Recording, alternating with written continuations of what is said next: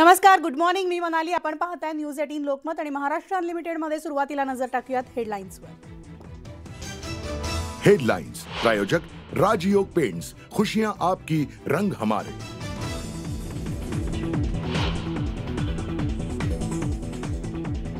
ठाकरे गटाच्या नेत्या किशोरी पेडणेकरांच्या अडचणीत वाढ होण्याची शक्यता.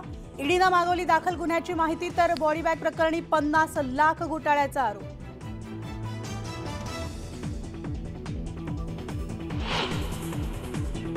मुंबई पालिका घोटाळ्यासंदर्भात चौकशीचा ससेमिरा. अधिकाऱ्यांवर होणाऱ्या कारवाईमुळे उपायुक्तांनी मुख्यमंत्री शिंदे आणि उपमुख्यमंत्री फडणवीसांची भेट घेतल्याची माहिती.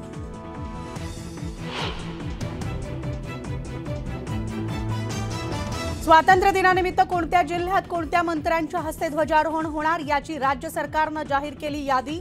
पालकमंत्रीपदाचा वाद टाळण्यासाठी तात्पुरती ध्वजारोहणाची यादी जाहीर.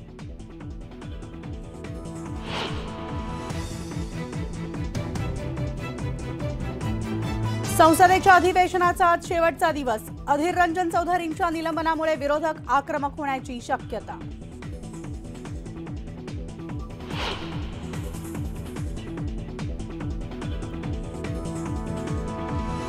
ठाणे पालिकेच्या कळवा रुग्णालयात हलगर्जीपणामुळे एकाच दिवसात 5 रुग्णांचा मृत्यू झाल्याचा आरोप. नातेवाईकांनी रुग्णालयात घातला गोंधळ.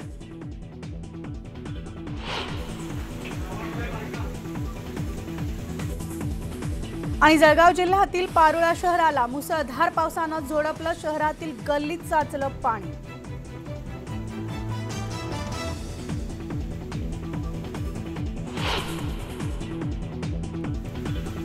आणि बुलेटिनच्या सुरुवातीलाच आता एक ब्रेकिंग बातमी आहे.